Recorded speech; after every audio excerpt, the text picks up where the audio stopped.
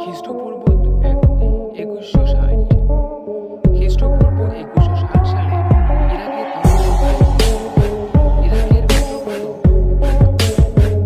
ইরাকের অন্তর্গত ব্যাবিলনের স্থানে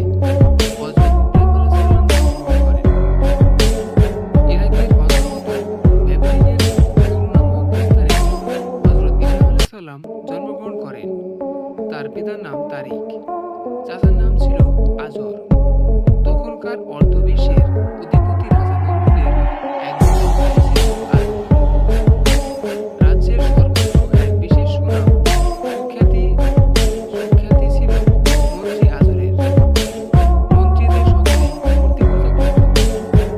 মধ্যপ্রাচ্যে নমরুদ যখন পূজায় নিজেকে খোদা দাবি করত, তখন তারা সকলে নমরুদের ভক্তবৃন্দে অন্তর্গত হয়।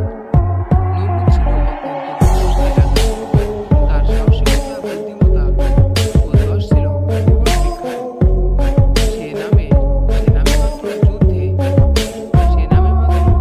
মাধ্যমে সিরিয়া, তুর্কিস্তান, হিন্দুস্তান ও রোম জয় করে এবং এর বিশাল অধিপতি লাভ করে। পরবর্তী সময়ে তার ভয়ে ও প্রতাপে বিনা যুদ্ধে বহু দেশ জয় হয়েছিল। নমরুদ ছিল বড় অহংকারী। সে তার শক্তি, প্রতিপত্তি ও ধন সম্পদের গর্বে একসময় নিজেকে খোদা দাবি করে। সে স্বর্ণ, রূপা, হীরা, জহরত খচিত একখানি বিশাল সিংহাসন তৈরি করে। এই সিংহাসন তৈরির ক্ষেত্রে দেশ বিদেশ থেকে বহু কারিগর ও শিল্পীগণ একাধারে 10 বছর পরিশ্রম করেছিল। সিংহাসন কাজ 4টি হাতি বহন করত। সে এক সময় সিংহাসন সহ মরে যেত। তখন তার সঙ্গে 4000 অশ্বারোহী সৈন্য পাহারাদারি কাজ করত। 4000 চাকর, নৌকর ও দাস-দাসী এবং 4000 বন্ধু-বান্ধব, আত্মীয়-স্বজন, পরিষদবর্গ ও জ্যোতিষী সাথে থাকত। পৃথিবীতে 4 জন রাজা-বাদশাহ প্রায় সমগ্র বিশ্ব একত্র রাজত্ব করত। তার মধ্যে দুজন মুসলমান, হযরত সুলাইমান আলাইহিস সালাম এবং অপরজন সেকেন্দার।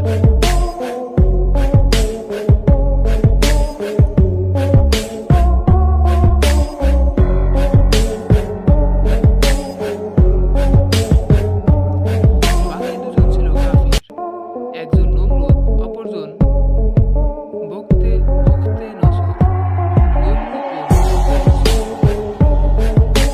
বখতে নসর নিজ নিজ রাজত্বকালে শক্তির দাপটে সমস্ত ধর্মকর্মের বিরুদ্ধে সাধন করে এবং নিজ নিজ প্রভুত্ব প্রতিষ্ঠিত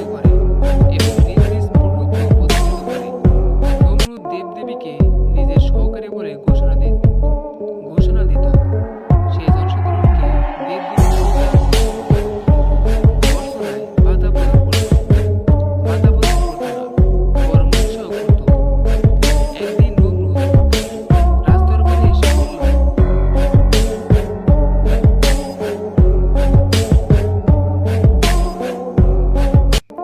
একদিন নমরুদ রাজদরবারে এসে বসল।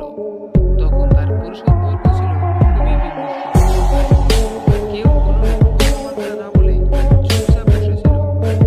অন্যান্য দিন রাজা দরবারে আসার সঙ্গে সঙ্গে পরিষদবর্গ বিভিন্ন রকম কবিতা ও গান গেয়ে রাজার মন হর্ষ করত। কিন্তু আজকে সকলে ছিল নীরব।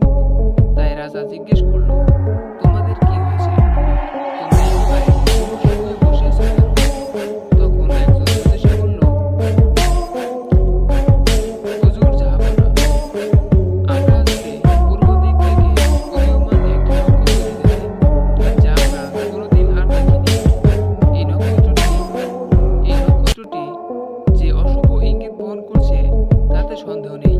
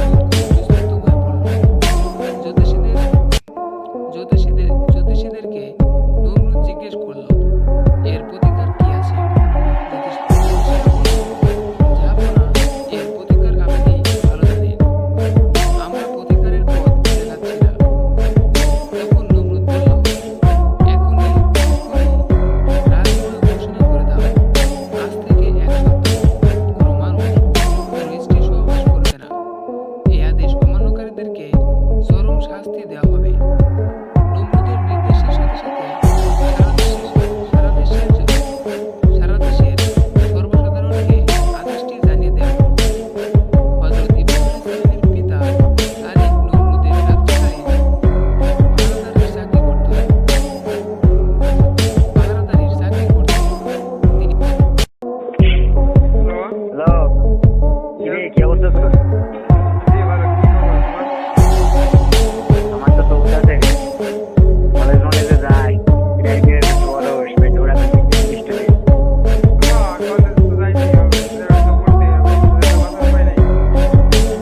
কত দিবি রে? তুই কত দিবি করস না? বসে শেষ না? কলেজে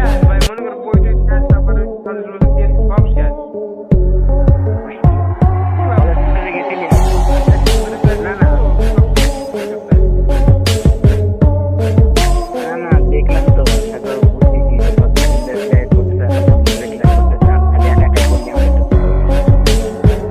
এখন ভাই তোকে পড়ালে একশো পাঁচশো নিয়ে যেতাম না, তাই নিতে সব নিয়ে যেতাম।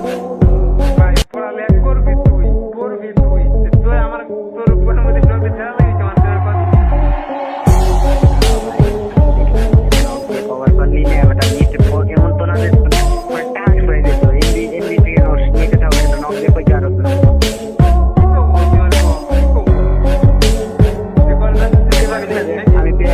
আমি এই কথা বলবো না যে কলেজে ঠিক যাবি নাকি বা এইরকম কিছু কইতে পারছ না যে বিয়ে করতেছি তুই করবি নাকি, এরকম কিছু মানে কইতে পারছ না নাকি?